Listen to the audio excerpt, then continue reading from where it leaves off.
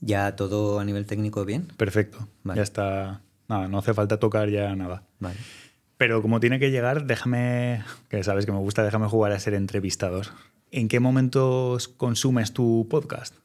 O sea, me gustaría poder preguntárselo a todos nuestros oyentes, pero ya que no tengo a esas personas delante, te lo pregunto a ti.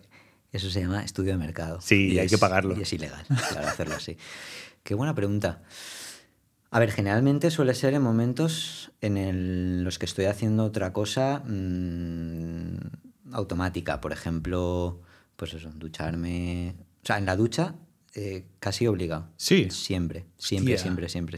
Por ejemplo, currando, incluso a veces alguna música que conozco, la letra, lo que sea, me molesta a veces incluso. O sea, que el podcast quiero prestarle atención, por eso cuando me estoy duchando, cuando estoy haciendo alguna tarea, yo qué sé, cocinando incluso, algo que me permita atender a Claro. lo que... Porque generalmente, claro, te estoy hablando de podcast donde el contenido, aunque sea humorístico, es importante, no sé. Pero ya te digo, en la ducha no falla. Me lo pongo y se empaña todo y el móvil se me jode, pero está ahí, sí.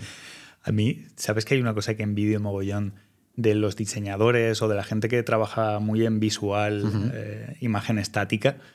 Porque no necesitan ese momento de concentración tan grande y pueden estar escuchando tanto música con letra como podcast.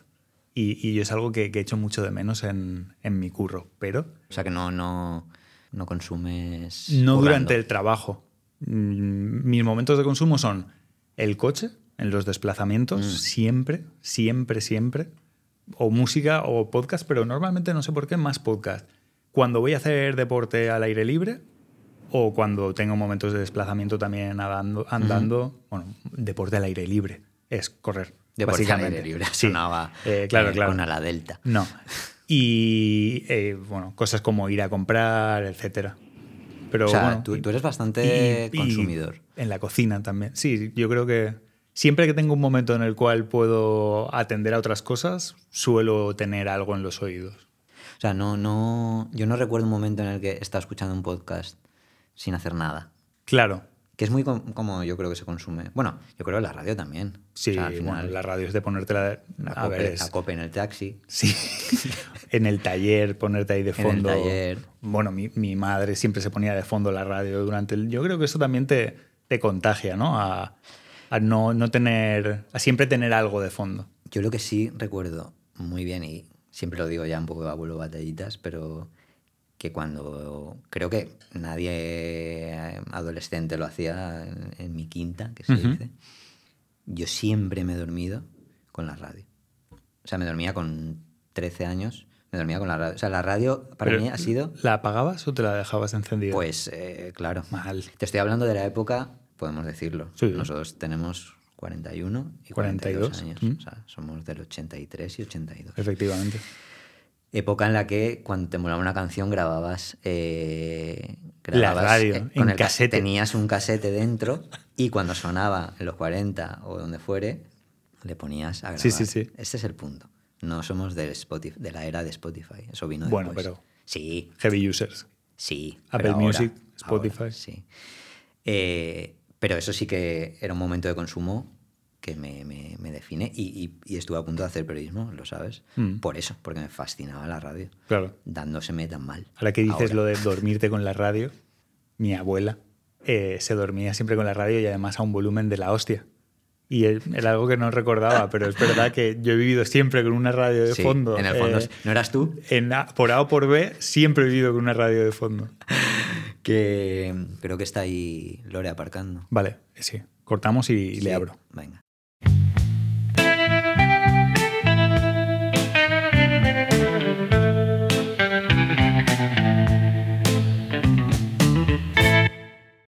Lorena, bienvenida. ¿Qué tal? Muchas gracias por invitarme a este espacio con apellidos tan ilustres. ¿Por qué lo dices? Me gusta no, como... por los otros invitados, no por vosotros. Claro, ya decía yo. Ya digo, me gusta como saludas al invitado porque pareces sacerdote, ¿no? Es como... Soy de colegio ya, concertado. sí. Bueno, de eso no lo hablamos. ¿Sabes lo que te quiero decir, no? Voy a decir 4 cositas de tu currículum, por así decirlo, ¿vale? 4 o 5 para que me digas si es correcto y poner un poco en contexto a la gente que nos escucha, si es que hay alguien ahí, que todavía no lo sabemos. Eres publicista de formación, copy concretamente.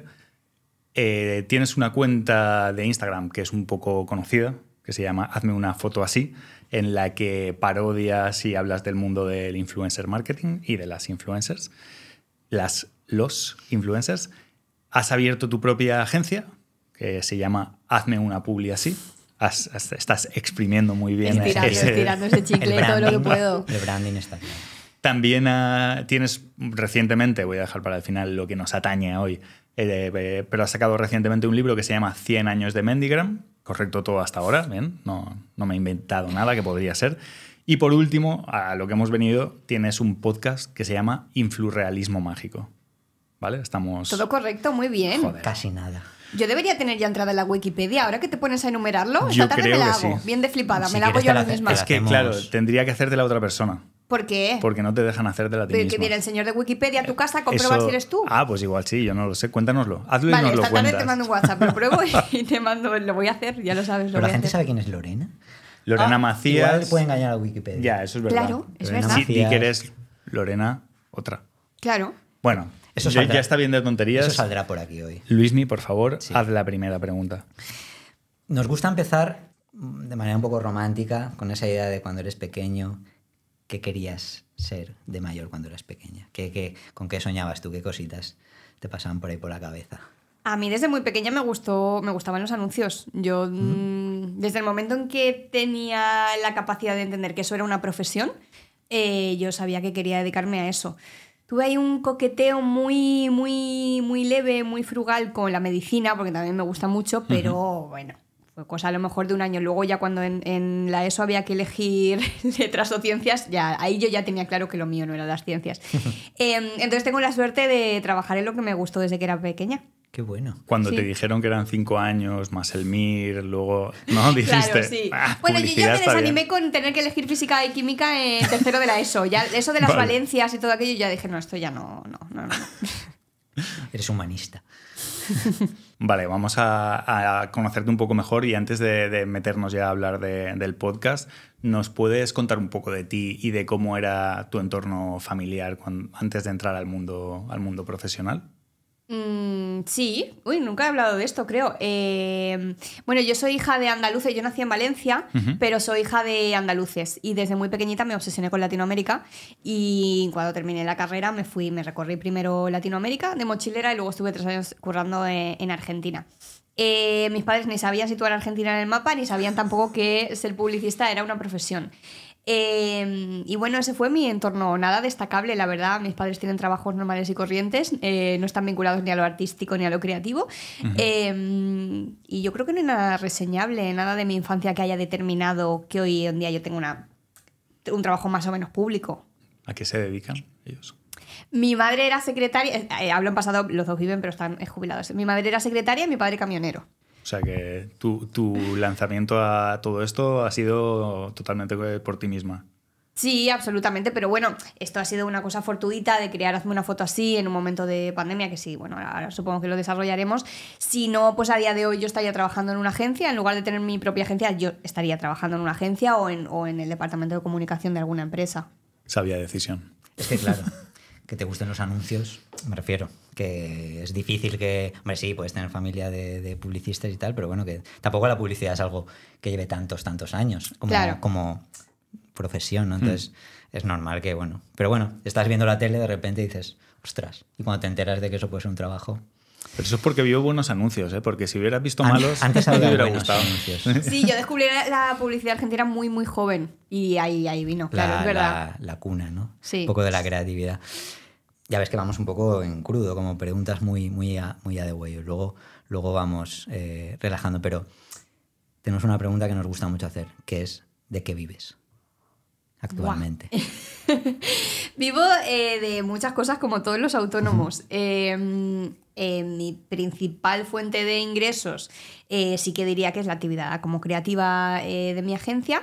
Y luego el resto pues son añadidos y son ingresos que oscilan muchísimo de un mes a otro y que también depende mucho de hacia dónde quiere uno orientar su carrera, ¿no? Es cuando uno empieza a ganar seguidores, le empiezan a salir amigos debajo de las piedras y le empiezan a llegar ofertas de debajo de las piedras, cosas esperpénticas. Un negro de Ana Rosa, yo siempre digo que, yo que sé, tendría 10.000 seguidores cuando me llegó el primer email de un señor ofreciéndose a escribirme un libro.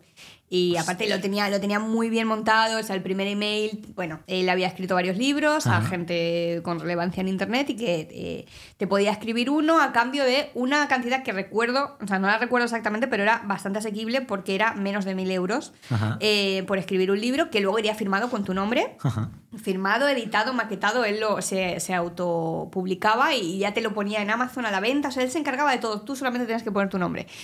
Y cuando lo rechazabas, a los 4 o 5 días lo tenía súper automatizado y te llegaba otro email diciendo que bueno, que se lo había pensado, que como veía tantísimo potencial... Que por 500. No, bueno, todavía mejor. Es que los que trabajamos en esto lo leemos a leguas. No, que en vez de pagar un porcentaje mayor de los ingresos, un porcentaje de las ventas. Te quiero decir, como esta oferta, pues 5.000. Mi principal fuente de ingresos, yo siempre quise que fuera la de ser creativa. Y entonces, bueno, escuché hace poco, creo que fue a Juan Diego Boto en una entrevista, decir que una carrera se hace con los sís, pero más con los nos. Total, 100%. Y me vi reflejada, ¿no?, en mi propia vivencia. Entonces, como respuesta final, ¿de qué vivo? Principalmente de los ingresos que genera mi agencia. Y luego, bueno, pues de vez en cuando hazme una foto así, me da algún billetito. Porque... Perdón por un poco para que también la gente... Que no me pidas mismo, perdón, ¿no? no me pidas un perdón. poco ubicarnos en el tiempo, porque claro, o sea, tú antes de hazme una foto así, ¿estabas trabajando en una agencia? Justo inmediatamente antes, no, ahí estaba en un hotel. Siempre he trabajado en agencias, en España y en Argentina. Ahí y hubo un claro, impasse. sí, Vale. quizás si hubiera estado en una agencia no hubiera estado en ERTE y esto no existiría. Sí. Por eso sacarlo, porque ahí es cuando ya la cuenta despunta y te empiezan a llegar estas... Pero bueno, tú tienes tu agencia y vives sobre todo de eso. Pero has nombrado como muchas cosas de las que vives, pero el podcast no lo has mencionado. Sí, no ha sido un olvido. No ha sido un olvido. Ups, ¿no? Y esto por eso estamos aquí. Claro, cuando he dicho todas las cosas derivadas de Hazme una foto así, que pueden ir desde una campaña que yo publique en Hazme una foto así, a la publicación de un libro, que ahora veremos que es un ingreso bastante discreto, a la generación de nuevos formatos, como en este caso un podcast, que autoproduje durante 2 temporadas y que no me dio ingresos durante 2 temporadas. Entonces, no, del podcast no vivo, al contrario. El podcast lo he financiado con los ingresos de Hazme una foto así. Pues claro, la gente podría pensar que, bueno, con tantas cosas, ¿no? Y además con mucho sentido, porque obviamente tú eres una persona que viene del sector, ¿no? De la creatividad, sabes que hay una marca, que entonces todo tiene sentido, todo lo que haces, pero bueno, que aún así la gente podría pensar que el podcast sería algo fácil, ¿no? Como decir, vienes de una comunidad muy grande, en Hazme una foto así, en poco tiempo además, y si no me equivoco, con mucho engagement, con lo cual con mucha respuesta, porque puedes tener una comunidad grande pero poco activa. Pasar al podcast, yo incluso al principio pensé, pues igual le fue muy bien, fue como súper fácil. O sea, cuéntanos un poco más eso, cómo esa falta de quizá de... o qué pensabas tú, qué expectativas tenías tú, un poco como... Incluso sí. si quieres, antes de eso, si nos quieres contar cómo entras en el mundo del podcasting, claro, cuál es la decisión claro. y hacerlo un poco a la inversa. Bueno, yo con Hazme una foto así desde hace 4 años, como cualquier creador de contenido, como cualquier persona, como cualquier creador en general, bueno, pues vas atravesando diferentes fases en las que te sientes más estancada, en las que te falta encontrar la motivación. Yo me vi en un punto en el que Hazme una foto así es una cuenta muy divertida.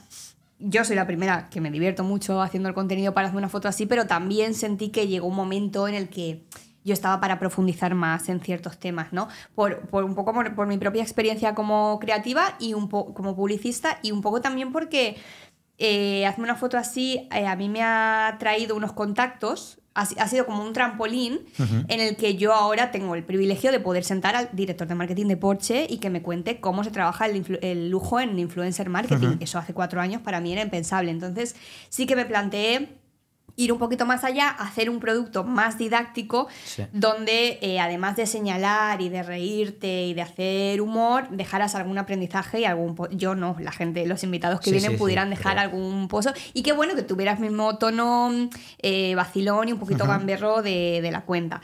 Entonces, con esta propuesta yo toqué varias puertas de varias plataformas de podcasting que todos conocemos, y la respuesta fue más o menos unánime. Fue: ok, te pagamos, te lo compramos el producto, pero esto tiene que ser una cosa de salseo, que es lo que que la audiencia que tú tienes de 300.000 seguidores, sí, hay un interés didáctico, sí, pero al final lo que sabemos que va a vender es que tú te sientes a hablar, no sé, si Laura Escanes tiene novio, ¿no? Y eso sí te lo compramos, pero que tú vengas a dar la turra ahora con aspiracionalidad y esas cosas, no, eso no te lo compramos. Entonces fue la respuesta más o menos unánime.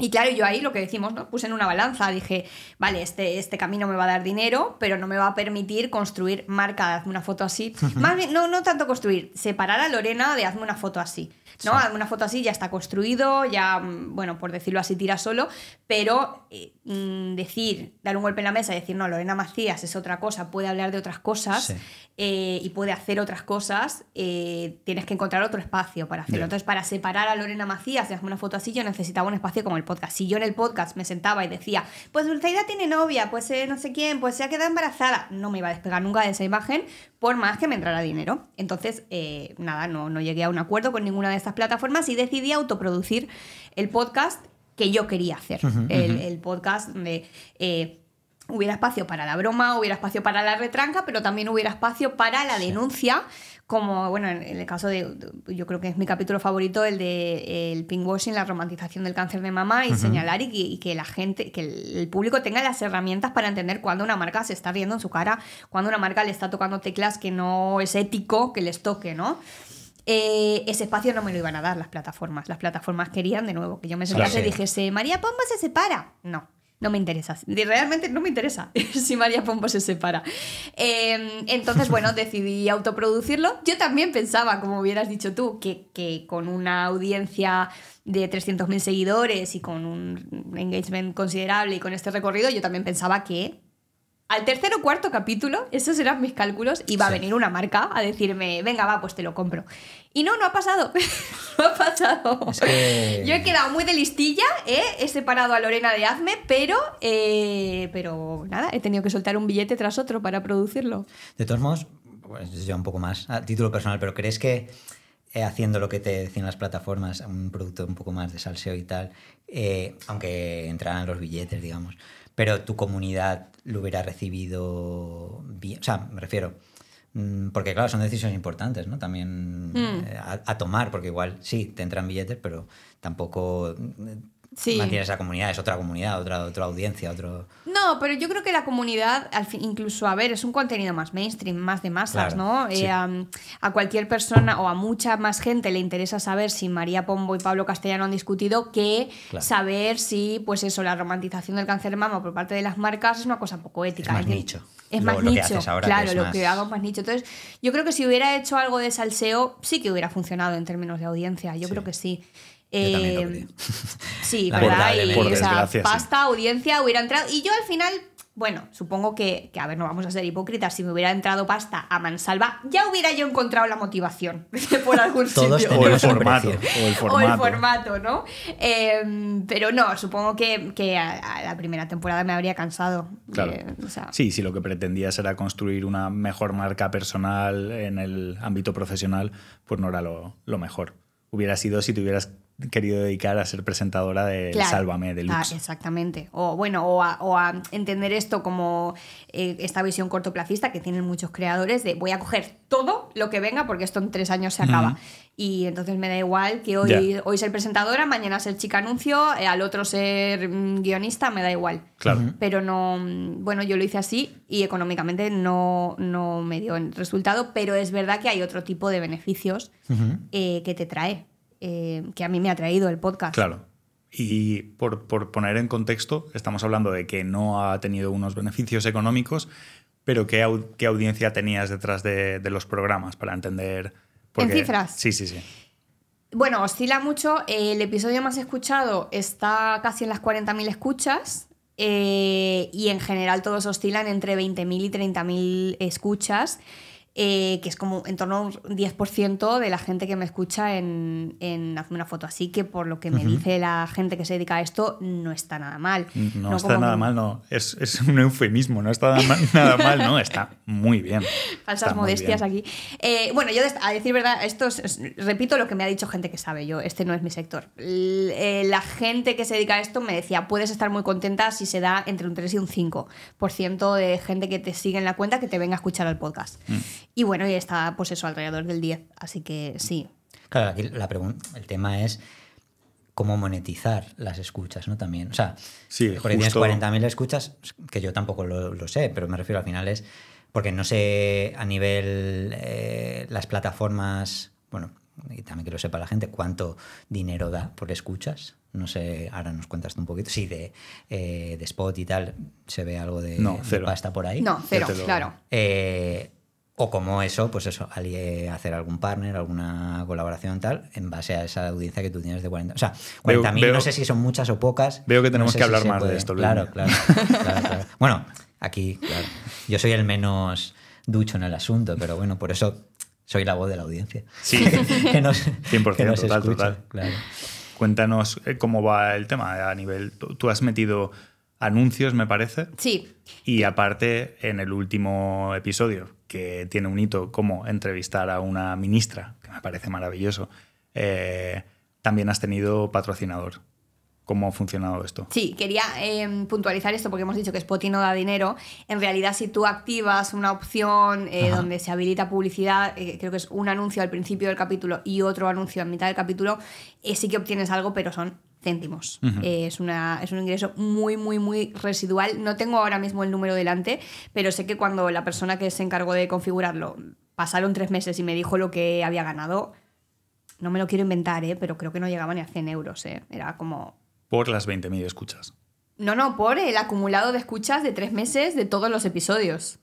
O sea, ingreso neto, es que buscaría el WhatsApp, no sé si... No quiero engañar, pero creo que eran 60, 70 euros o sea, eran menos de 100 euros. Entonces, claro, cuando decimos Spotify no da dinero, estamos mintiendo porque sí que da, pero lo que da son céntimos.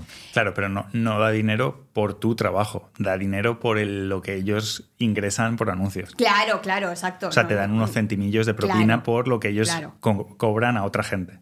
No, Spotify no te paga el dinero directamente y Spotify, bueno, tiene también esta opción que tenía que creo que la sigue teniendo de Spotify Originals, que son podcasts que solo se emiten en Spotify y Spotify ahí sí que te paga por la exclusividad y bueno, me consta que son cantidades un poquito más... Bueno, menos ridículas, vamos a decir.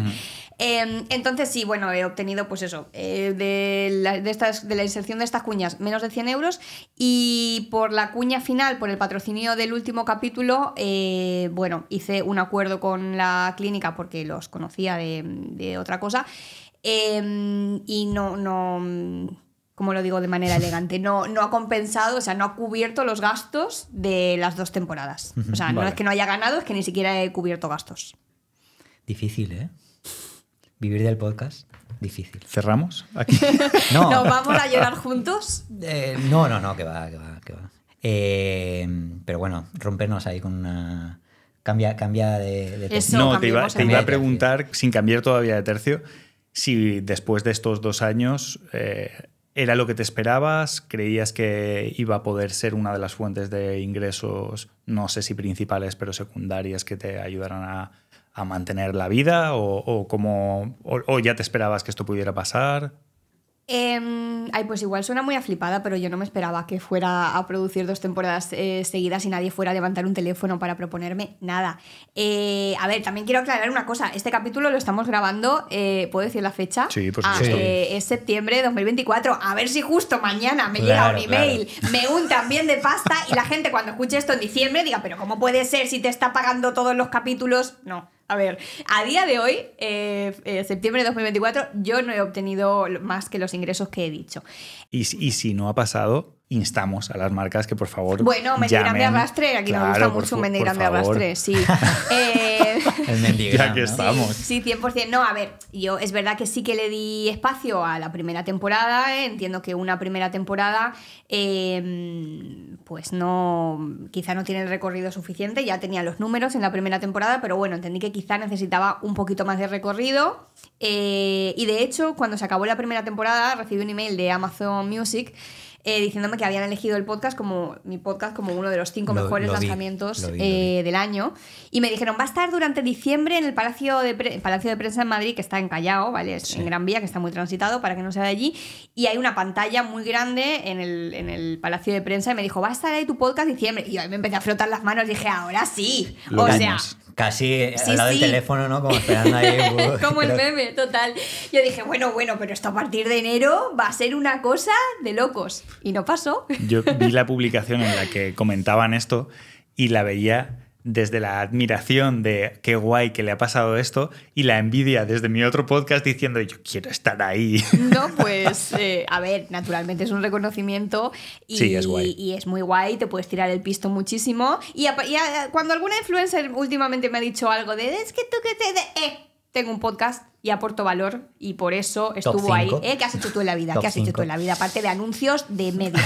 Pero bueno, no, que te trae otras cosas que naturalmente no son económicas y súper contenta, pero que sí que yo esperaba que si no en la primera temporada, en la segunda, encima todo el mundo del entorno del sector me decía, no, pero tía, pero con esas cifras, pero sigue, o sea, esto es cuestión de nada, de un mes más, esto se va a vender. Y no, y no, por pero no ha lo pasado. que estás diciendo, mi siguiente pregunta es obligatoria. ¿Hay tercera temporada? Pues no lo sé, estoy pensándolo. Y de verdad que no quiero para nada transmitir un escenario pesimista ni quejarme porque, como he dicho yo, el podcast lo he financiado con el dinero que ganó de Hazme una foto así, por lo tanto no ha sido un dinero que yo he tenido que invertir de mis ahorros ni de mi patrimonio personal. O sea, tengo la suerte de que el flujo de dinero que me entra por un sitio, bueno, pues en vez de quedármelo en el banco o gastármelo en un coche o en un bolso, decido invertirlo en este otro producto por si en algún momento es rentable. Es una decisión empresarial como cualquier otra que te puede salir bien o te puede salir mal. Entonces no me estoy quejando, simplemente estoy tratando de ser realista porque es verdad que la gente que lo ve desde fuera, y entiendo perfectamente, piense que una está nadando en billetes o que todos los que hacemos o contenido en redes o podcast o libros o lo que sea estamos nadando en billetes y no es así. Y al final es hacer prueba y error a ver qué cosa te resulta más rentable. Entonces, bueno, no sé si habrá tercera temporada. El proyecto me gusta tanto y me ha traído tantos beneficios no económicos que quizás sí que me planteo prolongarlo, pero con menos periodicidad, hacer uno al mes, quizá algo que yo pueda sostener y compatibilizar con todos mis otros proyectos, que el proyecto en sí no muera, el proyecto del podcast, pero que tampoco sea esa demanda de tiempo Claro. que exige un podcast semanal. Así que no sé contestarte. Me encantaría que sí, pero no lo sé. Está bien. ¿Cómo es el iniciar un proyecto? ¿Cuáles son los desafíos que te has encontrado? ¿Qué has tenido que hacer de, las plataformas? El técnico. ¿Cómo te has gestionado para llevar esto a que el producto saliera? Bueno, a nivel técnico yo he aprendido muchísimas cosas que no sabía. Para empezar, pues eso, cómo funcionan todas estas plataformas, no las plataformas de podcasting que hemos dicho al principio que te pagan, ¿no? Que todos conocemos y que empiezan todas por P. Sino estas cosas que tú desde tu ordenador gestionas que el episodio se publique X día con esta sinopsis y que salga en YouTube y que salga en Spotify, etc. Todo eso lo he gestionado yo y lo he tenido que aprender yo. Y después, bueno, el reto del guión, yo sí que lo veo, yo sí que quizás suena pues un poquito, quizás no está bien que uno se tire flores a sí mismo, pero yo sí que veo un poquito esa evolución en guión, desde los primeros episodios a los últimos y también en la fluidez que tenemos en las respuestas. Toda la parte técnica de producto final se encarga el técnico, que es una persona que cobra religiosamente por su trabajo, como debe ser, y entonces toda esa parte la delego. Sí. Pero bueno, pues aparte de seleccionar los clips que luego irán para redes, montarlos y subtitularlos, estar pendiente de publicarlo el día que mejor rendimiento crees que va a tener, estar pendiente de los propios algoritmos de la propia información que te da Spotify con respecto a cuándo decae, en qué momento la gente abandona el podcast para decir, vale, pues sé que estos temas... Analytics, ¿no? Ya analíticas. Claro, exacto, toda esta parte de analítica de podcast. Sí, ha sido todo un aprendizaje porque lo he hecho así, con dos manos y un palo, prácticamente.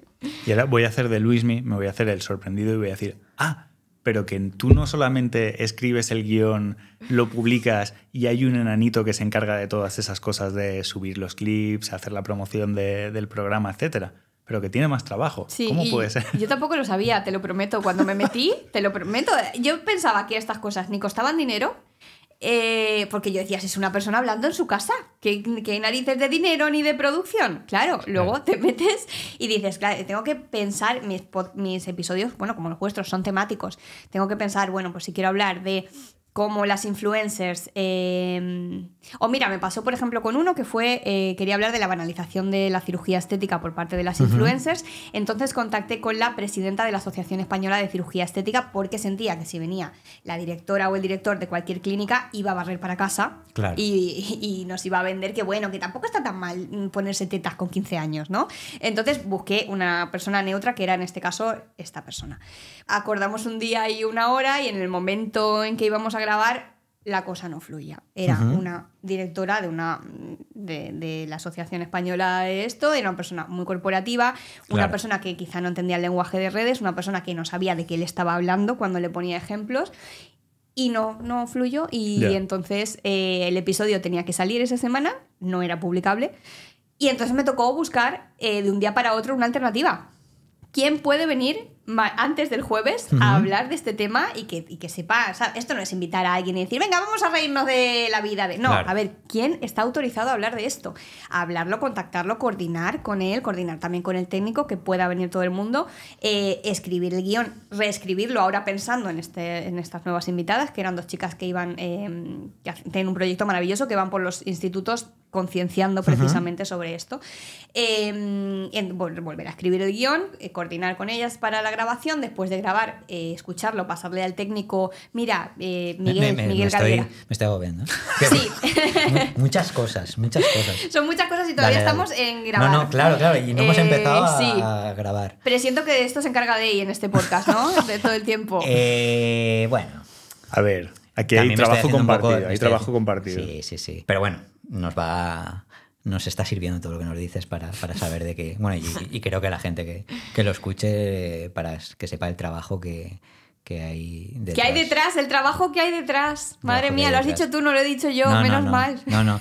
Pero yo estaba pensando, ya desde las preguntas anteriores, estaba pensando un poco, tomando café lo comentábamos, esta cosa que parece que nos lleva a la sociedad actual, ¿no? De hacer más cosas, pues eso, un poco que te pasa a ti también porque queremos, pero también porque parece que hay que hacerlo o porque nada en concreto individualmente te da la pasta suficiente. Entonces, como el libro, el tal, cual, y todo lo que tú haces, que no tienes tanto equipo, tienes un técnico que tal, pero ya está. Entonces, o sea, más es más. O sea, me refiero, ¿en qué punto estás tú también? ¿Cómo lo has vivido esto de hacer muchas cosas? Aunque todo tenga sentido, como te decía antes, que para mí lo tiene lo que haces. Pero, claro, al final son muchas skills o muchas competencias, ¿no?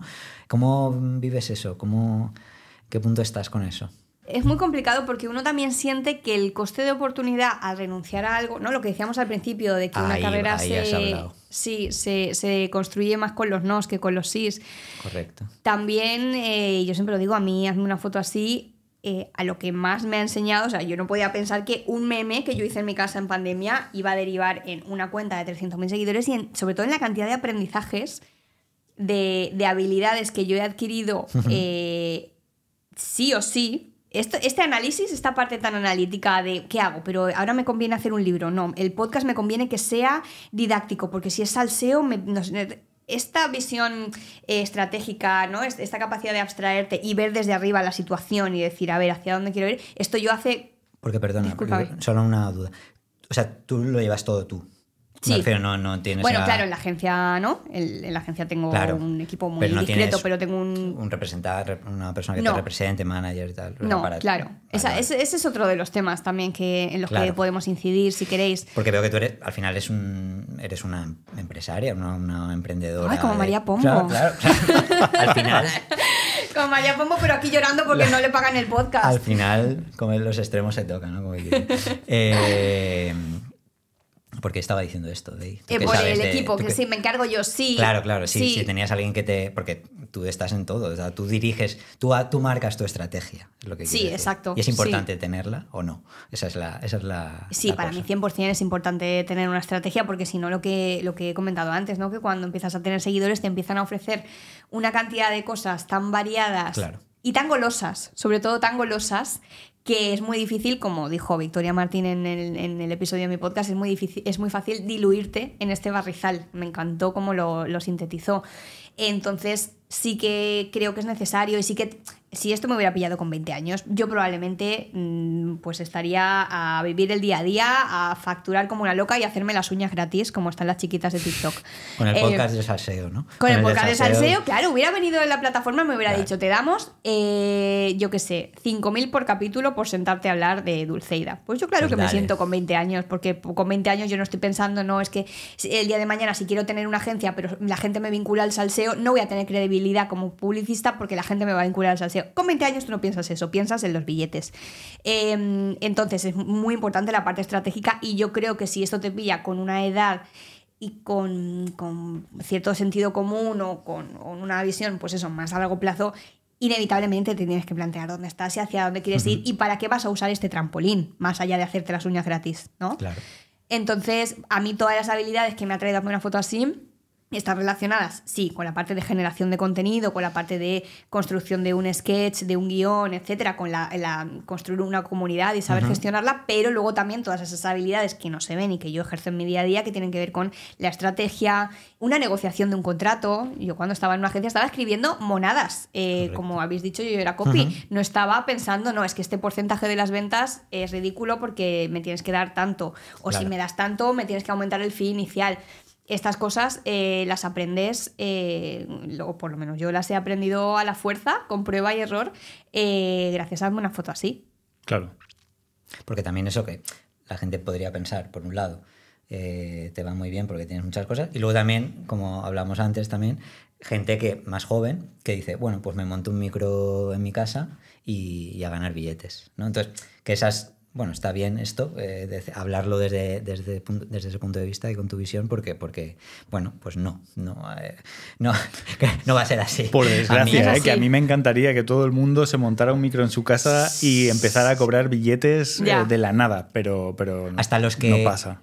Parecen no tener estrategia, la tienen. La tienen, sí, claro. Sí. Yo estaba, cuando has dicho dos chicos jóvenes en su casa con un micro, he pensado la pija y la kinky. La pija y la kinky quizá empezaron de una manera espontánea en su casa, pero ahora tienen personas que les dirigen las carreras. Sí, pero también ellos justamente estaban ya, creo que si no me equivoco, en Vodafone You, de guionistas. O sea, me refiero, no vienen de su casa. Vienen obviamente lo valen o el formato por supuesto lo valen, y la generación Z han sabido perfectamente leerla y comunicarla. Pero que no vienen de su cocina. Me refiero. Sí. O sea, que es la un gente discurso tiene que entender, que pasa muy a menudo en muchos sectores. Y la chiquita esta que ha salido de la nada, no sé cuánto, sí, no sabes la campaña de marketing que tiene detrás para hacerle parecer una chiquita que ha salido de la nada. Exactamente, sí.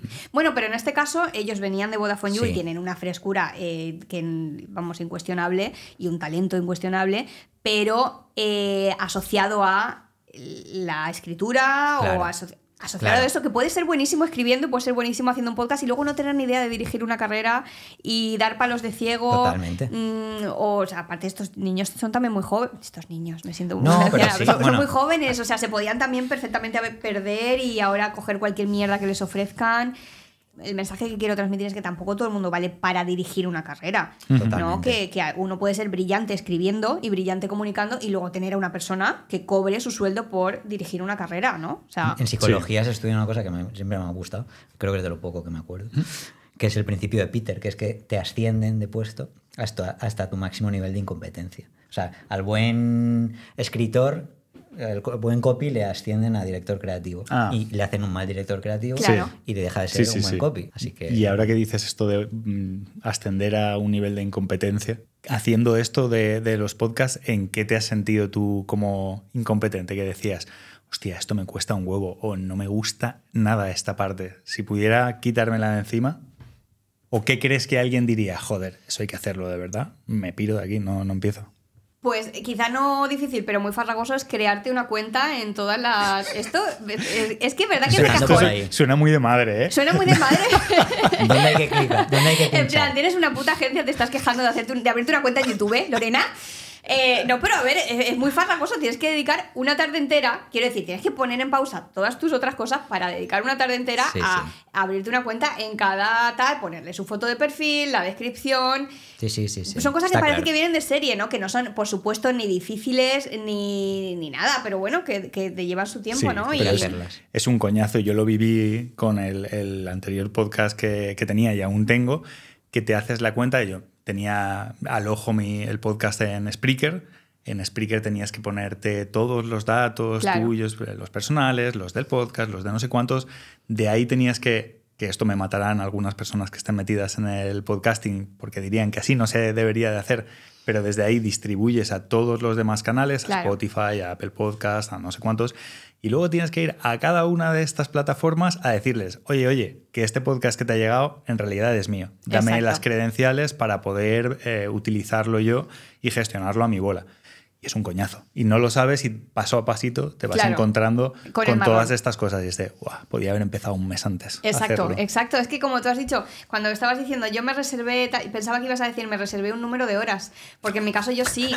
Se lo dijo a todo el mundo, ¿no? Oye, que de tal a tal no contéis conmigo. Claro, no, pero, o sea, un número en la semana laboral, yo por lo menos lo hago así, me organizo de 12 a 1 esto, de 1 a 2 tal, porque bueno, si no llegas a todo. Total. Entonces, pues sí, recuerdo yo agendarme, reservarme 2 horas a la semana para echar a andar. Me acuerdo que la tarea era echar a andar, porque ni siquiera sabía desglosar las tareas una a una. Era como echar a andar el podcast. Y ya, bueno, dedicabas a 2 horas. Y claro, con 2 horas no tienes ni para empezar a desglosar lo que necesitas hacer.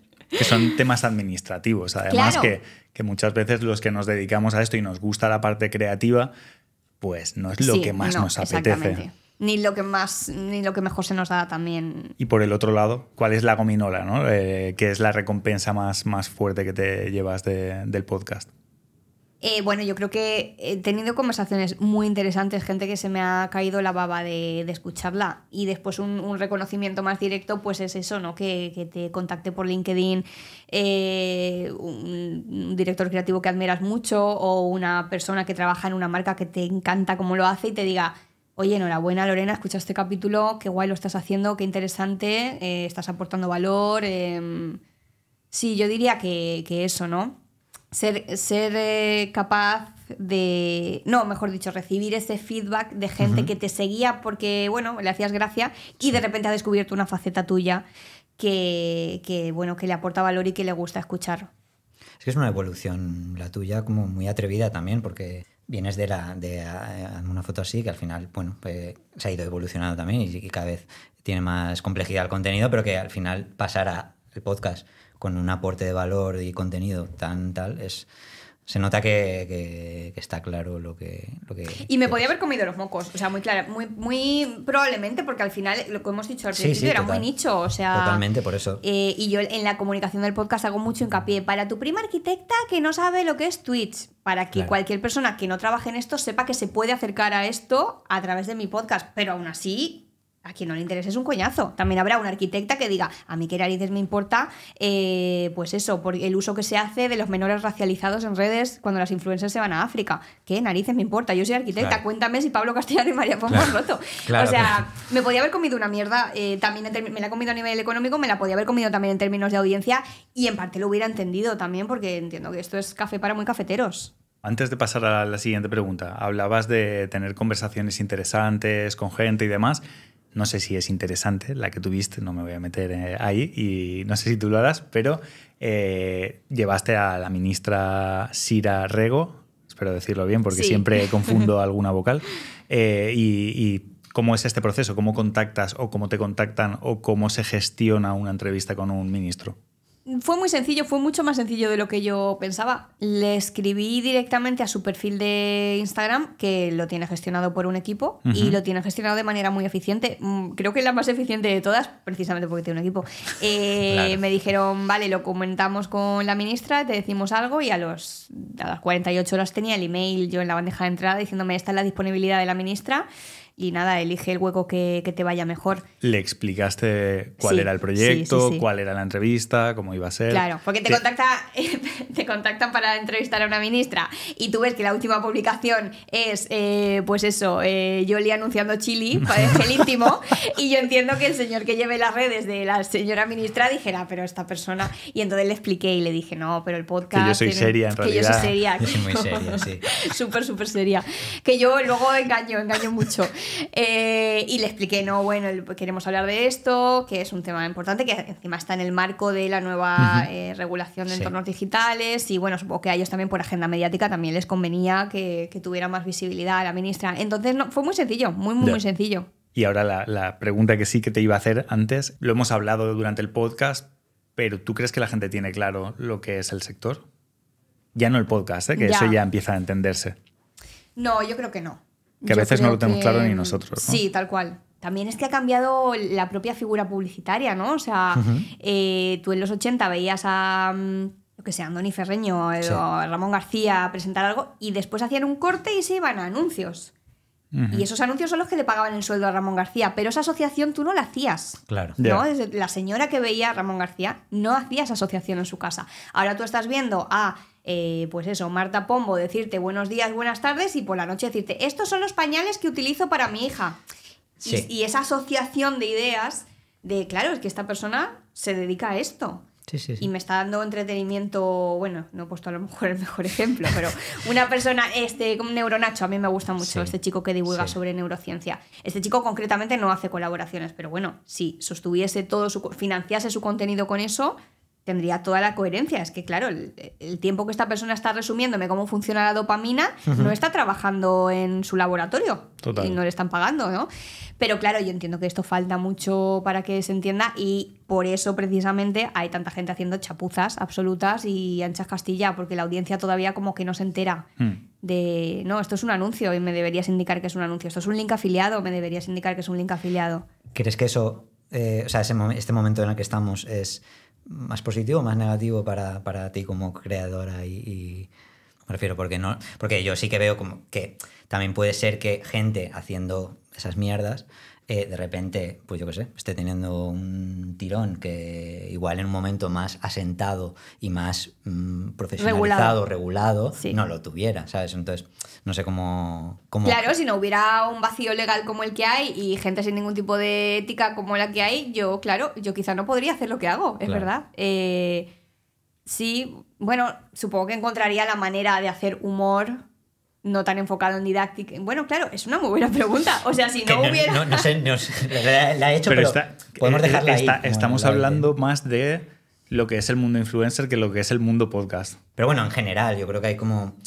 Incluso ese multitask que tú estás viviendo, aunque tú dices que no es mucho, pero bueno, que o sea, es algo muy nuevo, es algo que nuestros padres no entienden, claro, no entienden nada, no entienden ni a qué nos dedicamos en ese sentido. Tú decías la publicidad. Y lo podemos hilar un poco con lo que decía, o sea, la tecnología, la IA, tal, ¿cómo crees que puede afectar esto a lo que tú estás haciendo ahora mismo? O al sector, vamos a decir, del podcasting, por centrar un poco el tiro. Pues yo creo que esta pregunta me queda súper grande, perdóname, pero... No. Y la quemamos. O sea, no pasa absolutamente nada. ¿Pero lo vais a cortar para que yo no parezca tonta o lo vais a dejar? Sí, totalmente. Dejadlo. Si la pregunta no entra, no hace falta hacer que la audiencia escuche aquí oye, no quiero hablar de esto. No, de hecho, no tener... O sea, que te quede grande, que aparte que yo creo que es normal, bueno. Es una respuesta sí, totalmente es que lícita. Esto lo hace, como digo, Miguel Galguera, que es el técnico al que yo le pago. Me parece que, fíjate, ahora que lo dices, sí que es verdad que hubo un capítulo que al exportarse se exportó mal. Había como cortes que dificultaban un poco entenderlo, y creo que él apañó algo con una IA para que se escuchara mejor. Pero ahí te ayudó, ¿no? Tenía que estar aquí Miguel para decirlo, entonces yo no sé. Yo por aportar a la pregunta que teníamos antes de si la gente entiende o no entiende lo que es también el tema del podcast y demás, hilándolo a lo que decías tú sobre que la gente, pues bueno, antes Ramón García salía, hacía corte y se iba a publicidad, pero es que luego hacía corte y se iba a su casa. Claro. Y él no hacía claro, otra cosa. Claro. Él, como mucho, se levantaba pronto para hacer su siguiente programa de lo que estuviera haciendo y la gente sabía que vivía de eso. Entonces, muchas veces la gente piensa que por salir en un medio, aunque sea un medio como este, que es el podcasting, tiene que estar ahí obteniendo algún beneficio económico. Y creo que también el error de esto viene porque en el podcast se juntan los podcasts amateurs que hace cualquier persona y que lo publica y gasta su esfuerzo y su dinero incluso en que eso se emita, y luego otros dos tipos de formato. Unos, los podcasts profesionales, en los que hay una panoja detrás que te permiten hacer eso dedicándote profesionalmente, y luego los productos que son productos de radio que se vuelcan también en el podcast y que es unas personas que están en una emisora de radio a los que les pagan por hacer ese trabajo y que se vuelca con una calidad X, pero que se vuelcan también y se junta todo en un sitio en el que hay muchos tipos de formato que no sabes bien de dónde salen. Sí, 100%, muy buena reflexión, y añadiría también un tercer elemento en esta categoría, que son los branded contents. Sí. Las marcas que te dicen... ¡Ostras! Nos estamos metiendo en un melón. Sí, bueno, pero sí, la gente está guay que lo sepa, ¿no? Total. Seagrams va a... Entiendo que esto fue así, yo no estaba. Que no me denuncie Seagrams. Pero yo entiendo que Seagrams va a Javier Aznar, el de Hotel Jorge Juan, y le dice, oye, me mola cómo comunicas. Créame un formato, créame un producto que pueda llevar mi nombre de mi marca. Claro. Escuchaba el otro día a Jesús Terrés, que también tiene otro, creo que era con un hotel. Son productos que se crean específicamente para que la marca conecte con sus audiencias a través del entretenimiento y a través de un creador que generalmente suele tener audiencia. Claro, todo eso se mezcla con los que estamos aquí con un palo y una caña pagando de nuestro bolsillo las cosas, y es muy acertada tu reflexión. Y el que está en casa, ¿cómo va a distinguir? Claro. Sí, total. Que es un poco, mi pregunta antes iba un poco por ahí. O sea, iba por ahí. ¿Beneficia o perjudica más este rollo de que alguien, que puede ocurrir desde su casa a nivel amateur, tenga un podcast? Que nosotros en la música lo hemos vivido también. Cuando se empezó, la gente antes para grabar tenías que ir al estudio, no había otra. Ahora no, la gente se graba en su casa discos. Entonces, que eso beneficia, es una duda un poco, la lanzo, no hay que contestarla, pero que ¿beneficia o perjudica más al sector este rollo de esta amalgama de amateur, tal, cual? No lo sé, yo no lo sé. Pero digo que eso ha pasado en todos los sectores. Por un también. lado... Sí, democratiza. Yo creo que ni perjudica ni democratiza. Cualquiera que tenga 200 euros para comprar, o en Wallapop menos, se puede hacer un podcast en su casa. Y hace unos años, si no tenías los contactos o... Desde luego hace que todo el mundo se ponga las pilas también. O sea, quiero decir, porque antes era como lo establecido, el establishment, ¿no? Es como la 1, la 2, la COPE y la tal. Y ahora no. Entonces la COPE se lo tiene que currar, la SER se lo tiene que currar, tiene que hacer podcast. Pero bueno. Voy a meter aquí la reflexión que quería hacer sobre lo que estábamos hablando, que la leí ayer, no sé absolutamente de quién, lo siento, ahora mismo no puedo citar a la persona, pero como es extranjera no se va a enterar. Pero venía a decir, también por todo el tema de la IA, que dentro de poco se iba a perder esto de jefe y trabajador, y que todos íbamos a ser nuestros propios jefes y que nos íbamos a tener que currar la parte de gestión y luego la parte de creación de lo que estuviéramos haciendo, porque ya se tienen los medios como para tú mismo ser el que hace cualquier trabajo. Eso no sé cuándo lo leíste, pero... Ayer. Vas tarde. Me refiero, yo igual era como antiguo la reflexión, porque yo creo que eso lleva pasando... O sea, sí, pero ahora con el tema de la IA lo abre a todos los sectores. Claro. Pero bueno, que hay un libro de un filósofo alemán-coreano, que no me acuerdo del nombre, pero que se llama Sociedad del Cansancio, que un poco habla de eso, en plan pesimista, obviamente, que es cada vez... Parece que no, pero hay más autónomos. Entonces, al final, esa idea de ser tu propio jefe, que también nos intentan imponer, ¿no? Que es totalmente peligrosa. Porque hemos pasado de tener un jefe que igual lo odiábamos a ser nosotros nuestro propio jefe. Porque es verdad que los trabajos antes y ahora, pero quiero decir que era como yo he terminado, tal, nosotros no, que venimos un poco de la publi y tal, porque sabemos que eso no es así. Pero bueno, quiero decir, y ahora, cuando tú eres tu propio jefe, ¿Quién cierra la persiana? Yeah. Claro. 24/7. Claro. Bueno. Y al final tu jefe, mal que bien, te llevarás mejor o peor, asumía tareas parte de jefe parte de la responsabilidad. que ahora tienes que asumir tú. Total. Tenemos que ir, vamos con tenemos que ir así un poco como... No queremos, dos últimas preguntas. No queremos, pero... Sí, 2 últimas preguntas que tienen que hacerse. Y una es, yo creo que es rápida, pero si quieres aportar alguna reflexión, ¿querer es poder? No, yo creo que no. Querer no es poder, salvo que tengas un apellido muy potente o unos papás con muchos Pombo. contactos, como Pombo. Sí. No nos vamos a ganar más enemigos hoy. No es un podcast para ganar enemigos.